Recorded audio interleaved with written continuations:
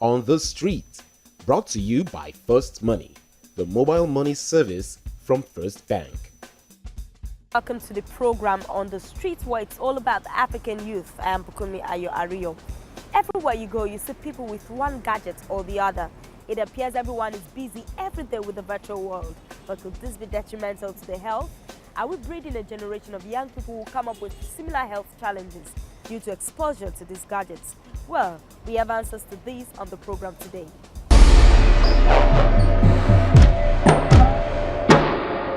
In the buses, on the streets, in schools, places of business, everywhere you go, someone is holding an electronic gadget, a laptop, a smartphone, or a tablet. In many cases, some people even own more than one of these gadgets. I have my laptop and I have my phone. I own a normal phone, like an Android phone and a laptop. Phone and laptop. I own a laptop, I own a phone, and I have an iPad. I own a laptop, I own a smartphone. Access to information is paramount, and the ability to communicate easily with loved ones and other associates is also very important.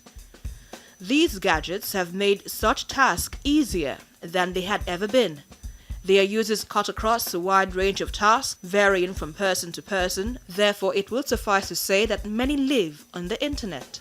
I use it to work, I receive emails, and I update myself with what's happening on a day-to-day basis. My gadget, my laptop for browsing, assignments, and all.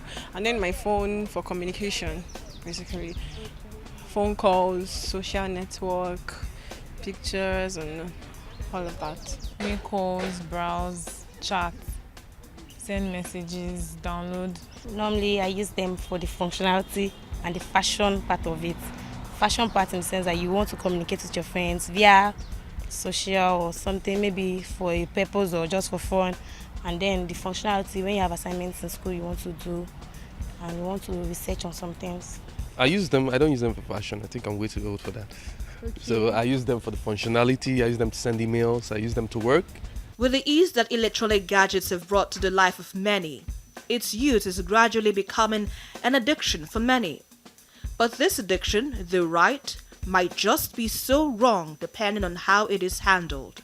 With our ever-busy world of people browsing the internet, making online transactions, sending messages, staring at the screens of gadgets for long hours, scientists have raised an alarm about the radiation from phones, tablets, and laptops and how they may be harmful to the health, especially the eyesight of a person in the long run. Are these false alarms? How high a price will the youth have to pay for these innovations? Are we breeding a generation of young people who will have similar health challenges just in a matter of time because of the way of life now? Dr. Raitwe Ukondu is an optometrist. He answers some of these questions and concerns raised. The way the eye sees, the iris, there's a place they call the iris that forms the pupil. That's where light comes into the eye.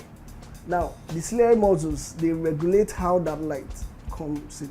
So when you're reading or when you're doing any near work, looking at your phone, your computers, the muscles tighten. It is stress. Now, tightening for a moment is not bad. For 2 hours is good, or for an hour is good. But when it extends more than that, for a very long period of time, you're chatting for 3 hours, you're reading for 6 hours. In fact, basically working for hours in front of the computer is a problem. That's where the astronomia comes in, the eye strain comes in. It appears that the risk of the youth today is not the innovation itself, but how it is being used. It's a digital world. Using gadgets is basically the best thing that can happen to anybody now. But of course, there are side effects. There's a bad part to every good thing. With the gadgets, everybody's moving on faster. But the side effect comes in when it's overused or when it's used for a very long time. So, but basically, gadgets are good. He further tells us how prolonged use of these gadgets can affect a person's vision. When you use it over time, eye strain comes in. I call it astigmatism, or we doctors call it astigmatism. The eye strain and fatigue from the prolonged use of computers or phones or reading or generally near work. glare is a side effect. You know, when people have problems with light, generally with the light that comes to the room, it can be from this light in the room right now, it can be from the sun when you're outside. You don't have to look directly at the sun, but the light it produces for you to see can be a problem for some people, and we call it glare. So for those kind of people, when they use computers for too long or screens, you know, they always have problems with it. So that's where, of course, there are solutions. Another thing is the asthenopia I told you about, the eye strain. It's also a type of fatigue that happens with the eye. The youth here, they come in for a lot of eye strain issues, a lot of asthenopia, a lot of glare because of the computers they use and because of the fact that they work and they have to use computers or their phones almost all the time, if not all the time. So the complaint of eye strain here is on the high side. So more of the youth coming with that, as long as there's no pathological issue or there's no refractive error. When you're getting to 40 or when you're basically 40 upwards, there's a condition called presbyopia. It happens to old people a lot. They can't read well. It's different from eye strain. It's different from the one the youths have. It's the practically glare problem that the youths complain about. Well, there's absolutely no reason to fear. It is not all gloom and doom. Dr. Ukandu tells us that the eyes can be protected from detrimental effects of the use of gadgets. Reading, looking at a phone, using the computer, they are near work, they are near tasks. So the best thing to do is, when you're reading, an hour, you raise your head. You know, try to focus on things that are far. It helps relax the eye. You can go back to your reading. You know, do it for a few minutes, you go back to your reading. That's one. Another thing is about glare that youths have from the rays that are coming from the screens, the monitors or the phone. They can get glasses. There are glasses that doctors recommend that have anti-reflective coating. They call it AR coating. You know, when you have glasses that are like that, you won't have the effect of eye strain coming as a result of glare. Those glasses protect you well enough. And basically, time is the most important thing. Having less time, concentrating on a particular thing that is close to you, you know, refreshing it by focusing on something that is far, that's the best option. But for glare, the AR coating will do it.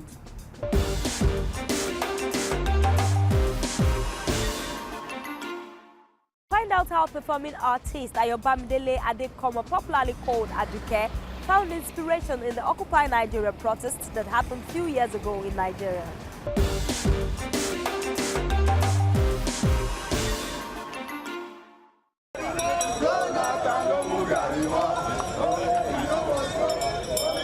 Angry youth marched down the streets in Lagos, Nigeria. This demonstration is about changing the corrupt officials, changing government policy toward the poor, raise the living standards of the common man. The demonstrations were sparked by the removal of fuel subsidies, a move that angered citizens of Africa's top oil producer. Nigerians today need to come up and fight against this and injustice, not only to the present generation, but the generation that are yet to be born. The protests brought famous artists onto the streets. Jonathan is Nigeria's only terrorist. We cannot agree this kind of financial IMF terror. This event have inspired a local musician, Ayobamidele Adekomo, popularly known as Aduke, to use her latest song, Hear the Voice, as a tool to represent the masses.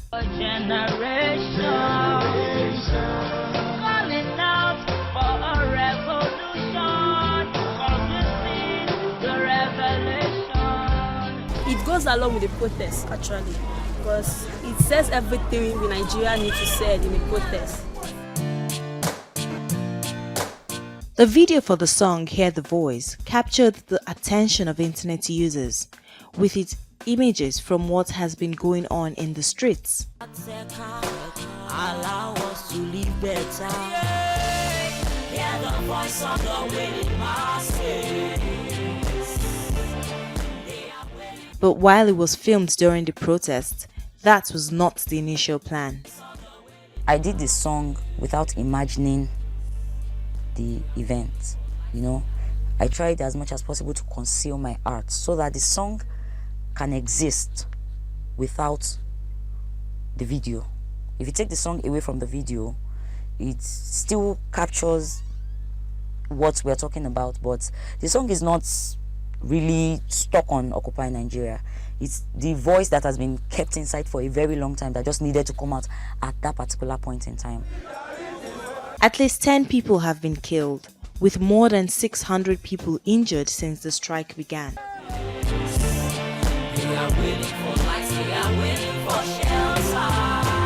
So many years, we followed like cattle in a head.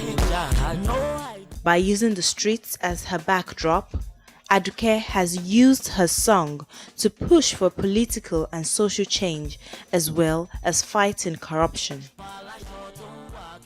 I'm speaking the mind of a lot of people that nobody knows, because I've seen people that live in abject poverty, and when I'm saying abject poverty, I mean abject poverty, people that feed from the bin, literally, people that live on the bin, people that when it rains they cannot sleep because they have to spend nights getting water out of their houses. Aduke, a graduate of History and Strategic Studies, says her style of music can be classified as New Soul or Afro Jazz. She started to express herself through song at an early stage. Her manager was moved by her enthusiasm to speak about the plight of the common man. When I first heard it was heavy, was talking about what's happening every day, at least in Lagos, and you know, I just felt, okay, this person, and I asked her about other songs she has written, and I felt it was a trend of someone that's putting life to whatever it is in her. Aduke is also a poet and an actress, professions far removed from those of her parents, one a doctor, the other a lawyer. I woke up this morning and opened my mouth to say a prayer for Nigeria. Currently, Aduke and her backup singers are working on a new song, Made in Lagos, which addresses urban-rural migration. Today you go and slowly. She will not stop until the voice is heard. They just really have to listen. You're governing us. Why are you making rules and decisions that suit yourselves?